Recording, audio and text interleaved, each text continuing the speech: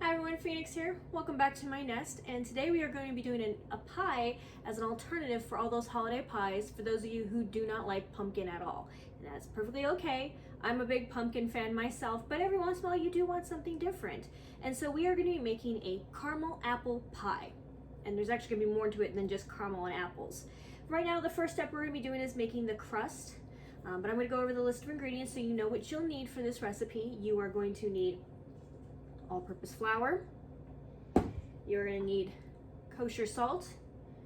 You're going to need a 1/4 teaspoon of cold water, a 1/4 cup of cold water, not a 1/4 teaspoon, 1/4 cup of cold water. In this case, I have vodka. And the reason why I'm using vodka instead of water is because vodka dries it out a little bit and creates a nice flaky crust to it.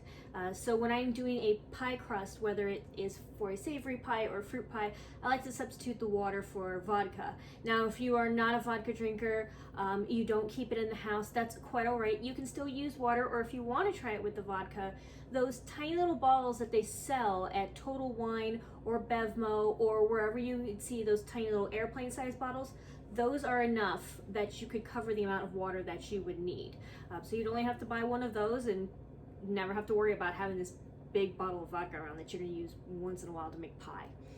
On top of that, you're also going to need fresh cranberries. You are going to need dark cherries, preferably frozen because they will already come pitted for you. If you feel like taking the time to pit cherries, go ahead. I paid the extra couple of cents just to get them frozen because it just is easier that way. You are also going to need an apple. You can use a green apple, you can use a red apple. I would say 3 apples at most. I've seen variations of this recipe before, and they've actually included like 6 apples. In every apple pie that I've ever made, they have had me put way more apples than I would ever need. And apples will shrink down and the pie will shrink a little bit, but even this, it ends up being like this tall after the pie pan, and I don't understand it. You're just gonna end up with like more apple than you're ever gonna eat. So I would say 3 apples at most for this recipe. And then also for the recipe for the crust, you're gonna need, well, it really gonna depend on you. You can use Smart Balance for this if you are vegan, vegetarian, or you just wanna be healthy. You can use lard, you can use butter, you can use a mixture of the both. I don't use lard or Crisco, as it were, because I am doing the vodka. Lard is also another way that you get that flaky crust to it. Butter helps keep it together, and then the Crisco or the lard will give it that flakiness to it. I'm using straight up butter, and then I am going to have the vodka in there instead of the water to give me that flakiness to it. And you want to keep that butter chilled as long as possible. So we are going to get started with that. I'm going to pull out the butter. Or in this case, the brown butter that I made for my video, because these are amazing in pies. Now, if you were making a single layer pie, like if you were doing this pie crust recipe for a pumpkin pie, you're gonna take what I say and cut it in half, because I am doing this for a double pie crust for your basic fruit pies, or even if you wanted to use this for a savory pie, minus this extra ingredient I have. You do not need it, but I like to have it, and this is a little mixture of spices. In here I have ginger, I have nutmeg, and I have cinnamon, because I don't like a plain crust with a fruit pie. It makes me not want to eat the crust. I just want to eat the only in the filling. So when I do this, when I carry the seasonings that are going to be in the pie into the crust, it makes me want to eat the crust as well. I don't know why. I'll eat the crust on a pot pie, but for some reason, when it comes to a fruit pie, I just don't want to. So I've learned this little trick, and it keeps the pie crust from being plain tasty. That and the brown butter, I recently started doing that myself. It adds another layer. It makes you want to enjoy the entire pie. I love it. So in here I have 2 cups of flour. I'm gonna put my spices in here. You're gonna put as much as you want or none at all. In here I have 1 teaspoon of kosher salt. So normal recipe like a 1/2 teaspoon, but I am doubling this because I'm making a fruit pie crust. And I would need about 8 tablespoons of butter if I was doing this regularly. Well, in this case, I am doing a double pie crust. So normally if you made a portion like this, and you only needed to do one pie crust, you weren't making a double one for a fruit pie, you would get out your scale. And you would put the ball on it, you would zero it out, and then you'd start chucking in as much as you needed for the recipe. This is from 1 box of butter, so this is going to be the 16 ounces already. Even though I did separate the milk solids, this is still 16 ounces of butter, so I won't have to worry about measuring it out. So yeah, 1 recipe, and all my brown butter is gone. I'll have to make some more later. So I'm going to put the scale aside since I won't need it. I'm going to go ahead and mix this in.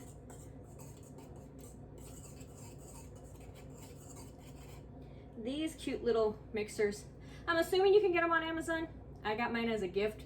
A friend of mine who is a pastry chef had a shower, and these were the little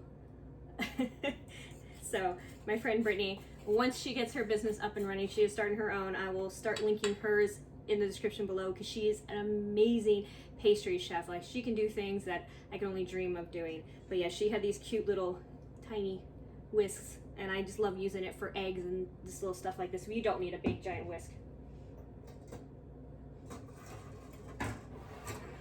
Now you want the butter to be cold, if not frozen. And the reason why that is, the moment it starts melting, it's going to make it hard to work with the dough.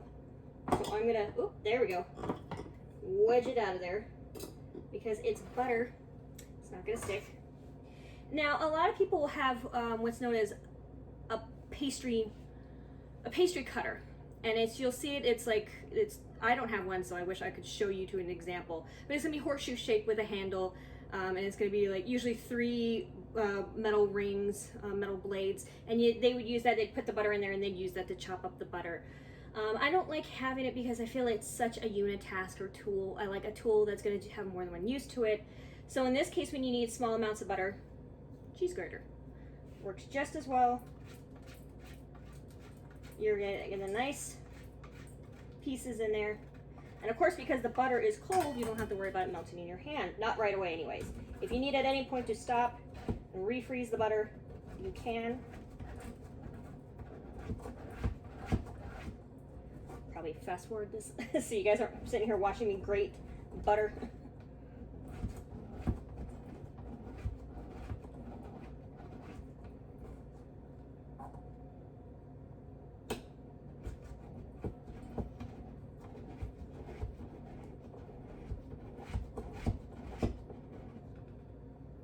Take a little pause.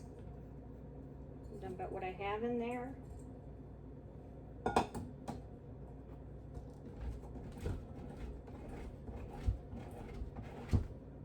This goes much faster than a pastry cutter too. I always feel like I'm working forever with the pastry cutter. And not only that, but when the butter is cold and you're using a pastry cutter, those blades aren't very strong, and they can easily bend and warp around those butters instead of actually cutting them. And then eventually the thing will just be too warped to even use. So that's another reason why I don't like to have one of those.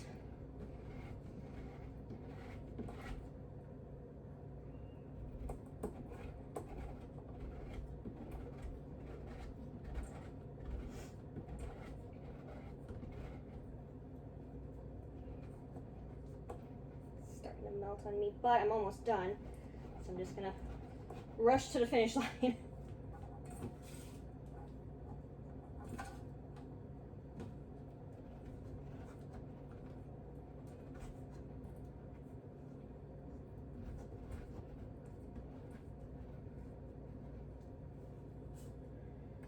The last part's gonna be the hardest. You may have to freeze it again. You may have to get paper towel to hold on to it, but it is gonna start to melt in your warm hands.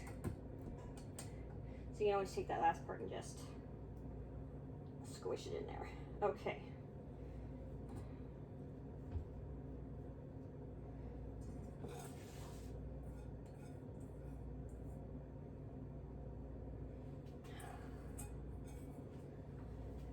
I'm not gonna wash my hands just yet because I need to start. Which, by the way, I hope you washed your hands before you started this. I did. You should. Especially if you own animals. You don't realize how often you touch them. Because you do it so absentmindedly. So please, when you're in the kitchen, wash your hands. A lot. Even if it starts to dry and crack your hands, keep washing your hands. That's not a COVID thing. That's not anything else other than please keep a clean kitchen. Okay. Now I've mixed this in. Obviously a lot of the flour has stuck to me because I have a lot of butter remnants on my hand. You're gonna find the big pieces of butter, you're gonna break those down as well. I wanna make sure everything is the size of a pea or smaller.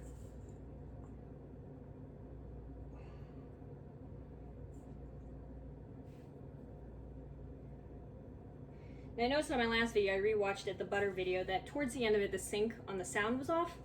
I honestly don't know how that happened. I don't record it separately. I'm recording this all on my iPhone. I do not have, you know, fancy YouTube equipment. I think it might have to do with the runtime. So I'm gonna try to keep these videos under 30 minutes. That one just happened to be freakishly long because I was going over so many different kinds of butters. I think next time I'll just do like a two-parter if I do an item and then it's alternative, just so you guys won't have to see that the words are not matching my mouth for whatever weird reason. I did not dub over them. I did not re-record them. I was watching that today to get an idea and I was like, oh, why? Why is the sound off as I'm talking about alternative butters? So I think it might have to do with the runtime, so I'm going to just be mindful of that from now on. Okay, that's all mixed up. I'm going to wash my hands and then we're gonna add the vodka. Okay, so now we have the vodka. I'm going to get my trusty spatula. For those of you who may be wondering, I was gifted a lot of Harry Potter kitchen stuff, well, a couple of things, before we found out how problematic certain things are. So, just know that I've just had it for a while. That's all that is. So, and slowly. We're not going to add all the vodka at once. Just a little bit. Just to try to get it mixed in there. Okay. Now sometimes you won't need it all. Sometimes you will. Sometimes you may need a little bit more.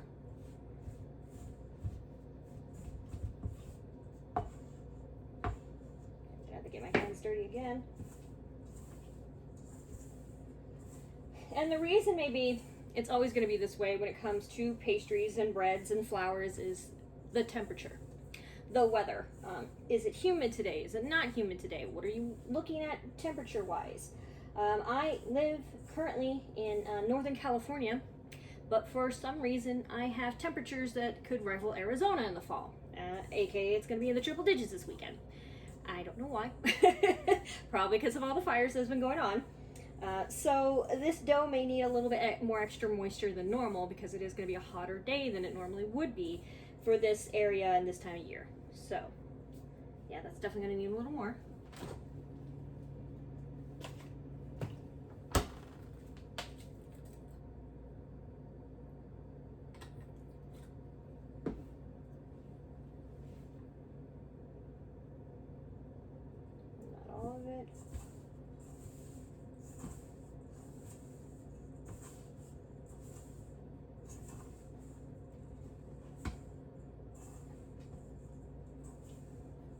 Now normally a regular pie recipe says 1/4 of water. And that was the thing I did not double right away because as I mentioned, the weather could change it. The 1/4 could have been enough. I could have needed a full half of vodka. I wouldn't know until I had actually started. So that is a thing to keep in mind. If you are doubling the pie recipe to make it a fruit pie, everything will be doubled minus the liquid. And that is really going to depend, as I've mentioned before, all those XYZ reasons.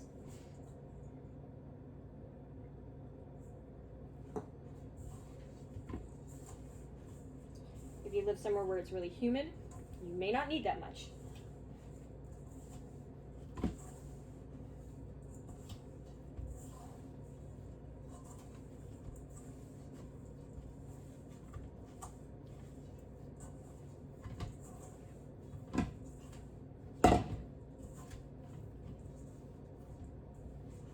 Okay, just the last amount, just to get all these last pieces in here. Okay, now once it's nice and solid like this, a pie crust needs to sit.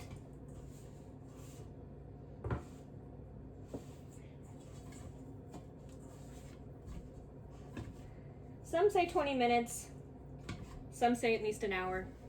I would say at least an hour. I would say you could do it as long as you want. You could make this 3 days in advance because you just want to have everything planned out to the T, and so you don't have to worry about the pie crust. You're going to do it 3 days in advance. You absolutely could. This will keep in the fridge for 3 days. I would not go up beyond 3 days because you do have raw butter in here or lard. If you're using Smart Balance, you could probably swing that a little bit longer. Then you could probably swing it closer to the week. And as I mentioned in my butter video, any butter substitutes that you are putting in here, do note it will carry over into the pie crust. So if you are not using Smart Balance, and you're not using butter and you're not using lard, and you want to use the pressed avocado oil, just note your pie crust is going to taste like avocados. Now, I don't know how you guys would feel about that in a fruit pie. I personally do not eat avocado because I think it tastes like wet compressed grass lump. That is just my opinion. I know that is not a popular opinion, but I certainly do not want that flavor in my pie. So if you were to substitute something and you don't want Smart Balance, I would actually strongly urge you to coconut oil. That would just be that, or maybe almond butter or cashew butter. Those would be the three I would say to substitute for butter for a pie crust, because it's going to be either a neutral flavor or it's going to be a flavor that will complement whatever fruit you're adding to it.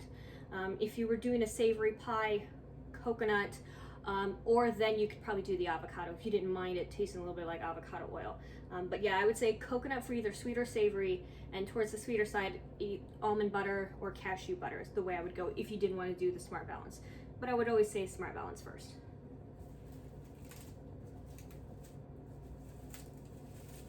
Okay. Wrapped it up nicely. You're gonna place it, because the flap is right here, you're gonna place it flap side down. And like I said, at least an hour, as long as you need it to, within reason, 3 to 5 days at most. And then while this is resting, we are gonna make the filling. All right, we are going to put together the pie in sections because we want each section to cool down before you're eventually going to layer it inside the pie crust. So the first thing we're going to do is the cranberry compote.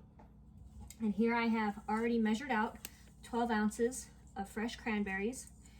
If you buy a bag, the odds of it being 12 ounces are very slim, so use a kitchen scale, zero out the bowl, and measure out 12 ounces. You don't want too many cranberries in this. It's not like you're making cranberry sauce and you can just wing it. The rest of the cranberries can actually go inside a freezer bag and go into the freezer. A lot of times people buy cranberries ahead of time and they stick them in the freezer until it's Thanksgiving or Christmas or whenever you want to make cranberry sauce. They will actually keep in the freezer for quite a while, especially since you'll be cooking them over the stovetop. Then it really won't matter if they're all wrinkly. And you're going to take this, you're going to have a pot, put it over there. We have already dark pitted cherries. As I mentioned, I got them frozen instead of getting them fresh because I didn't feel like pitting each and every single one of these cherries. Normally you'd want to get about 20. Obviously it's a little bit more than 20, but I bought such a small bag of cherries that I don't mind going a little bit over that. If you were getting them fresh, try to stick to the 20-25 range. A quarter cup of orange juice here.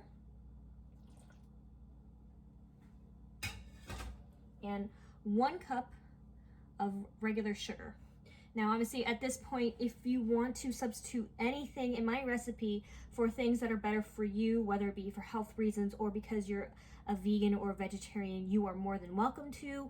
When I post this recipe on Facebook, I will list the alternatives inside the recipe of what you could use instead of what I'm using. So if you have diabetes or you're trying to eat healthier and you don't want the sugar, you can definitely use stevia, you can use Truvia, you can use, as I've mentioned before in my butter substitution, applesauce. Applesauce is sweet, it'll actually go really well with this, so you can add it to it you just need to check what sweeteners are in the applesauce to make sure it's natural. If you make your own applesauce, then it doesn't really matter. You can use anything that's a good sugar substitute that you already have. Just make sure to check your conversion chart, because if you've already used a sugar substitute before, you know that it's not a 1-to-1 ratio. Even if it's Truvia or stevia, you're going to actually use less of that than you would regular sugar. I've actually used Truvia as well as dairy substitutes when I've made these cinnamon rolls of mine that I like, because I like to have cinnamon rolls, but you want them a little bit on the healthier side. Okay, you're going to take this, and you're going to cook it over a medium heat. Get my... And you want, for this, a slotted spoon for the cranberries. This is going to be your cranberry spoon throughout this entire thing. And the reason why this is when it's done, it's going to have a lot of juice in it, and you don't want to get that juice into the pie. It'll make it very liquidy. When you cut the pie, there's just going to be juice everywhere. So when you're done, when this is done and you're scooping it into the pie, you want to make sure you have a slotted spoon, so that way that you get the fruit, but the juice stays behind. And you're going to cook this like you would cranberry sauce. Obviously, you've added cherries to it.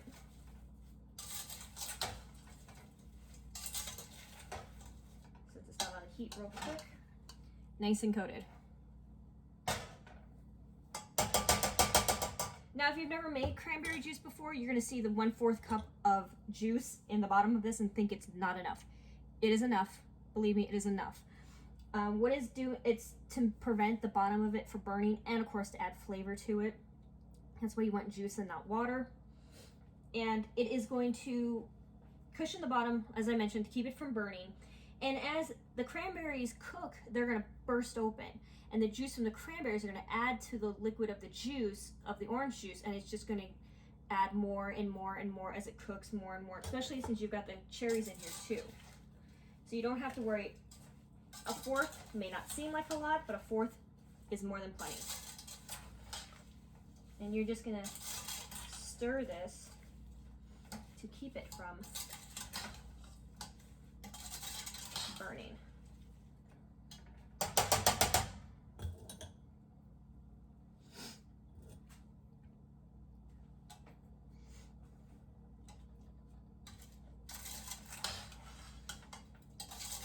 Now, if you're working with a smaller pan than what I have, I would suggest to start with the cranberries. Wait till they have popped, and then that way the capacity in there will have reduced by half, and then you can add the cherries and just slowly stir the cherries in. The cherries do not have to go in at the same time as the cranberries. So if your pot is maybe a little bit smaller than this and you're worried about fruit overflowing, start with the cranberries, add the sugar and the juice, and then once it's popped and they've reduced in height, then add the cherries. Or you can even do it in batches too. You can do like half the cranberries with half the cherries, and then take them out, and then do the other half as well. You don't have to cook this all at once, because it will have to chill before it goes into the pie crust. I just happen to have a perfect sized pan, so I'm doing it all at once. Pot, excuse me.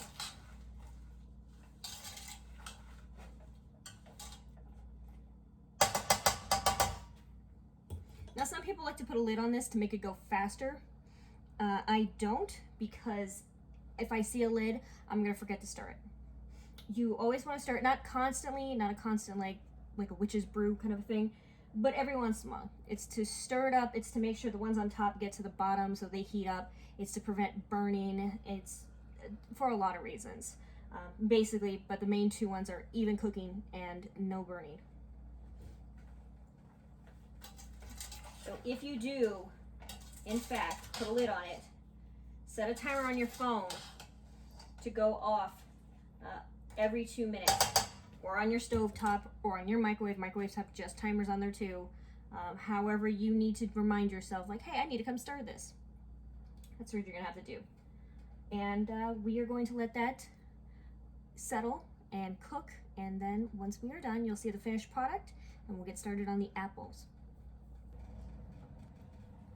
Okay, majority of the cranberries are pretty popped, pretty squishy. I'll show you. You can see how the juice has just consumed this entire thing. So what I'm going to do now is I'm going to turn off the heat. And this is going to swap places with that one because now we're going to do the apple. And I've already started getting things set up on the apple. By the time we cut back, some of this will be used. So let me go over the ingredients with you. I have a 1/4 cup of lemon juice here. And I have a teaspoon of vanilla, a cup of brown sugar, a 1/4 cup of flour with 1 teaspoon of cinnamon. The reason why they're in the same bowl is because this, along with the brown sugar, is going to get mixed into one bowl. So instead of dirtying 1,000 little tiny bowls, I just put these both in one. And then I have an ounce of butter. This is the homemade butter, so obviously I had to weigh it. If you have not, if you are not using homemade butter, you would use basically 2 tablespoons of butter when you cut along those lines. Again, if you are not using butter, if you're using dairy-free products, make sure to weigh it. Weigh it. Or if you have actually a 2-ounce thing or 2 tablespoon thing that you trust, like you're using coconut oil, then absolutely use the tablespoons instead. Okay, I'm going to get this moved, and then we are going to get started on the apples. Okay, I have swapped places. In here I have the cut up apple with it's already covered in the lemon juice. I skipped ahead of this because I didn't want you guys to have to watch me just cut 3 apples into little tiny cubes. I can't imagine that'd be very entertaining. And yes, cubes. I did cubes instead of slices because I personally do not like slices in apple pies. I don't know why that is a thing. I really am not fond of it because if you're trying to eat the slice of apple pie and then you're trying to get your fork to cut through that soggy piece of apple, it's not that easy. It drives me nuts, so I always try to do little tiny square bite-sized pieces. And in another bowl, we're going to combine the 1 cup of brown sugar, the flour and the cinnamon. We are also going to do 4 teaspoons of kosher salt, which is about roughly a pinch, a little bit more.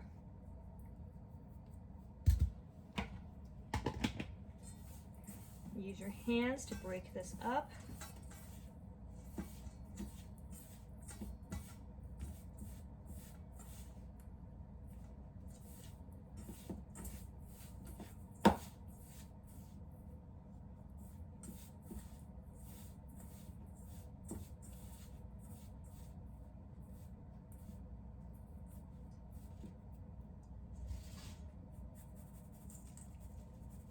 And you are going to coat the apples in this. Now,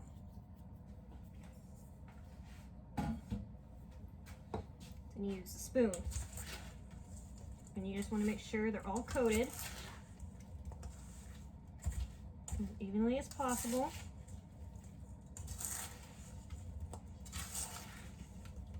Let it sit for a second. While that's happening, you're going to turn this on to medium heat again. You're going to take your measured out butter, margarine, coconut oil, whatever it is you are using. It's going to go into the pot and start heating up.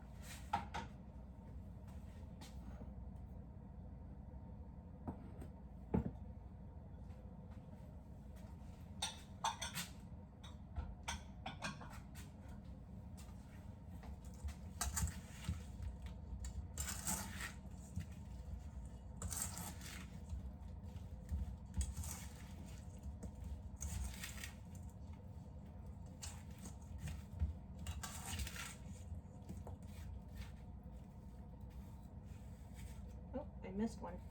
Shoot. I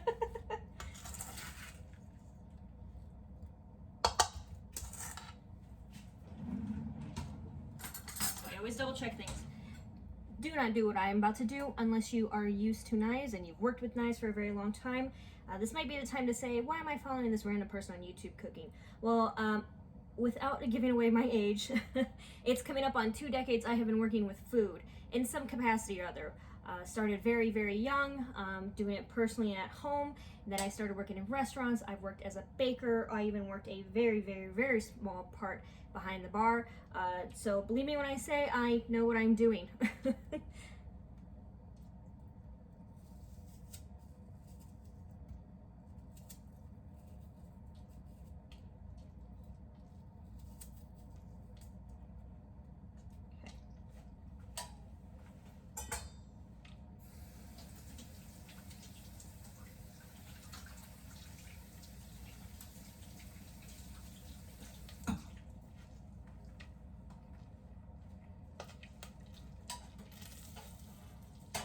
Okay, this is coated, the butter is melted. We're gonna get this in here.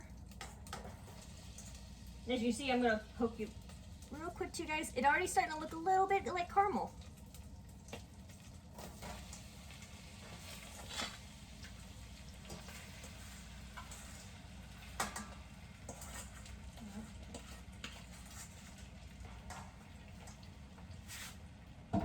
Now for about 5 minutes, we're gonna stir this very frequently. I'm gonna make sure it doesn't burn. And then once it's past the 5-minute mark, I don't have a timer, I'm actually just keeping an eye on the clock. You're gonna add the vanilla. Now whether you use a real vanilla extract or whether you use a vanilla substitute, that's quite all right, either way works. I'm using actually a Mexican vanilla, which is a blend of the both. And then in here I have a 1/4 cup of whipping cream. Now, if you are lactose intolerant or you are vegan, vegetarian, I found out what the brand is of that heavy whipping cream substitute, which is called Silk. Silk does already make a alternative milk that people try. I want nothing more than to try this Silk heavy whipping cream because I really do want to know if it holds up to regular whipping cream. But unfortunately, every time I go to the store, the shelf where it's located is completely empty. So if anyone has tried this Silk heavy whipping cream non-dairy version, please let me know in the comment section, on Instagram, on Facebook, however you want to let me know. Let me know, is it worth it? Is it worth my money? Is it worth trying it out? Does it taste good? Does it actually hold up like whipping cream would? I really want to know about this because I want to be able to do vegan and vegetarian recipes too and then be legit. Not just saying, hey, just go ahead and use this and I have absolutely no idea what I'm talking about. Please let me know. I really, really, really would like to know if that substitute, that non-dairy substitute, is actually just as good as regular whipping cream.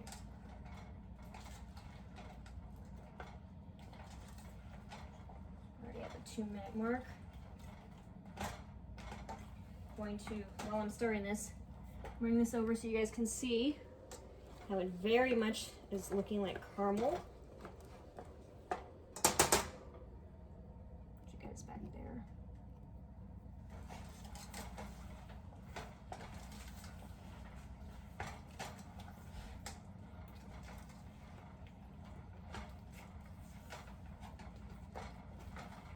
Now caramel very easily burns. That's why you're stirring this the entire time during that 5 minutes. You don't ever want to leave caramel alone. It will burn, it will stick to the bottom of your pan. It's just not something you want to even mess with, leaving alone. Just don't do it. If you're gonna make caramel, commit to it. You just know you're gonna be sitting at the stove for however long it takes to cook that caramel.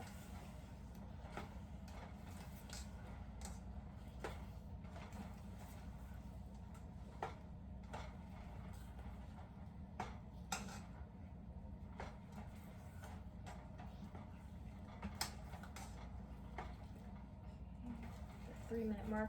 I'll probably fast forward through some of this.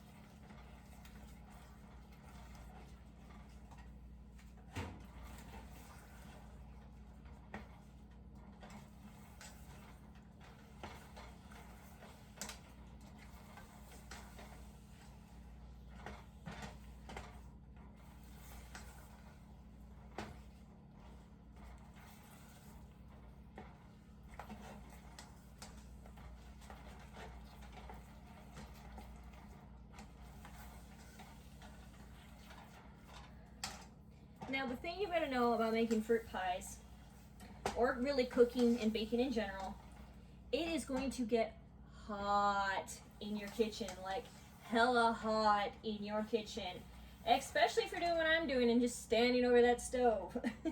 Now I am used to it. because, as I said, I have experience.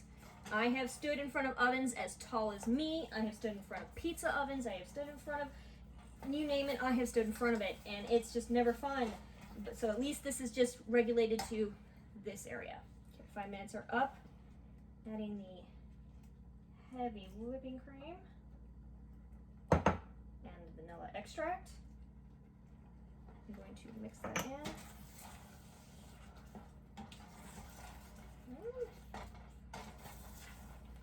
Ooh, there we go. It smells so good in here.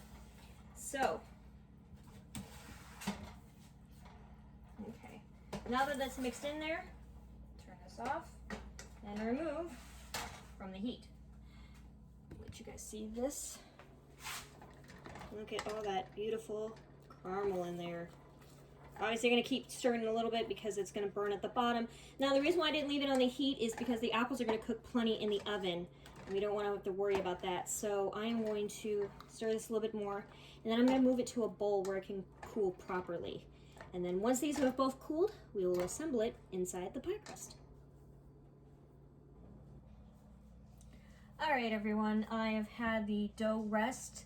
I had all these rests in the fridge as well. It's been a little bit longer than a day. You could probably tell by my change of shirt. Things got out of control and this pie had to take a back seat. But that's good news. If things happen in your life, the dough and the filling can sit in the fridge for, I would say, no more than 3 days. If you're going to be longer than that, don't make this yet. And when you do make the dough, it actually can be frozen. So I would wrap it in saran wrap, wrap it in foil, and then put it in a freezer safe bag, and then it can go into the freezer. Pie dough can very easily be frozen. You've probably seen it in the grocery store. You can do it yourself. You just got to make sure you've prepped it properly. If you have a food saver, like one of those vacuum seal things, that's even better than that. But I know not everyone has them. They're very expensive. So if you have one, great. If not, plastic wrap, tin foil, then the protective bag. That's freezer safe. So what I've done ahead of time, so you didn't have to watch me do that, this pan has been buttered and floured, and then I rolled out my dough. Now, this is a bigger pan than you'll probably have. I got this as a gift from my sister-in-law, and I love it. But it is a 10-inch pie pan, and it is at least 2 inches deep, where a typical pie pan is 1 inch deep and 9 inches across. So because of that, I actually have to make a triple pie dough versus the double pie dough I showed you guys earlier in this video. That's because I'm just covering up more space in this than you normally would. Normally, I don't have one as a comparison, it's in storage right now, but I do have a typical 9-inch glass pie pan. I like using those if I'm making something like, say, a pot pie, because I'm the only one who eat it, or if I'm making something I'm taking to someone else's house and I don't know how much will be left over. You know, the regular pie pans are great. This, I just love because I can make as much as I want. I use the same pie pan when I'm making my pumpkin pie. It is gigantic, it is huge. If you have a chance to get a big one, I do highly recommend it. If you only have the regular ones, those are awesome too. And if you want to make individual servings, you can do that as well. They sell the little individual 4-inch pie pans, and you can make pie to that, and that way everyone can have their each individual servings. That's also a great way to make pies dedicated to each person. If someone likes a pumpkin pie, if someone likes a sweet potato pie, if someone's gonna want this caramel apple pie, now you can do 4 individual pies. You just have to shrink down the recipe. And of course the cook time as well will be altered. So what I'm gonna do right now is I'm gonna show you how to fill up this pie. And then after I'm done layering it, I'm gonna show you how I do the crust on top. Now some like to do the lace work, some like to do one big sheet. Because this is fall and it is a fall pie, I like to get the cookie cutters involved. Nice little cute maple leaf. If you're doing this for Halloween and you've got Halloween cookie cutters, use that as well. I'll show you what that's like at the time. But right now we are going to start layering the pie. And right here I've got the cranberries and cherries, as I mentioned. Slotted spoon. You do not want that extra juice in there. You're going to take it out. Let the juice drip a little bit, and then just layer the bottom half of that pie. Now I have the pie sitting on a baking sheet with a silicone mat. You can line it with parchment paper, you can line it with tin foil, just as long as you're protecting this. This is in case the pie bubble over, you'll be able to protect it. And you're just going to do a thin layer on the bottom of the filling. Make sure it's covered. Okay. Then I'm going to get my caramel apple mix, stir it up a little bit, and dump that right on top. Now, depending on how big your pie pan is going to depend on how many layers you're doing. Obviously, I have a nice big deep one, so I am only going to be doing just a couple of layers. But what you're going to be doing is you're going to just keep layering it over and over and over again until you run out of filling.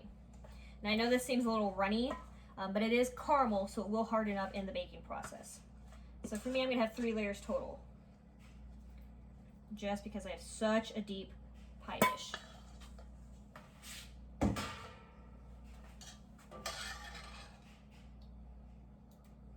I've done this in a 9-inch pie pan, and I have gotten close to 4 layers, like 2 layers each. Sometimes a 5th layer if you have just a little bit left over. And if you do have a big pie dish, you are welcome to keep making more layers too, doubling up what you've got.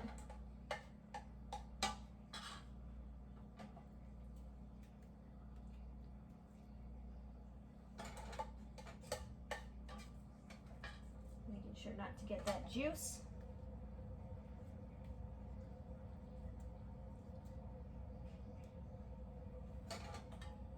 Okay, I've got the pie layered, and now I am going to start putting the cover on the pie, and we will cut back to that once I have it partly covered so you can see what the work is. I don't want you guys to see me do cookie cutter, cookie cutter, cookie cutter. It's a little monotonous. So we'll see you guys in just a minute. Okay, as you see, my pie is half covered. And while I was doing that, I turned on the oven to 375 because that's what you're going to cook it for. I have here an egg wash, and that's what's keeping all the little leaf pieces together. And once it's all done, I'm going to put a thin coat of kosher salt on it. Now, if you have colored sugar, you can certainly use that instead to make it nice and bright and festive. Especially if you're doing this at Christmas time, then you can put whatever colors you'd like on it. And if you're really, really talented, you can actually go over the leaves or whatever decoration you're using and outline it. I am not so artistically inclined, which is why I'm working as a chef and not a pastry chef. So my leaves will be pretty bland looking. But I've got them nice and covered.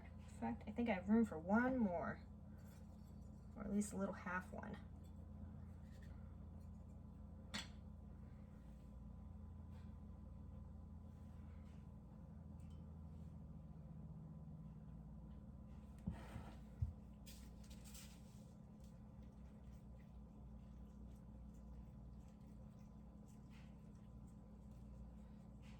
Now, kosher salt's not as weird as it sounds. It's going to enhance the flavor of the fruit once you have the pie, and especially since I put all of those, I was going to say herbs, but spices in the pie crust, so that'll just enhance it as well. Always be careful around a hot oven. And there you go. Now, if you have any leftover dough, like I have a lot of leftover dough, you can do what I suggested, which was wrap it up and keep it in the freezer.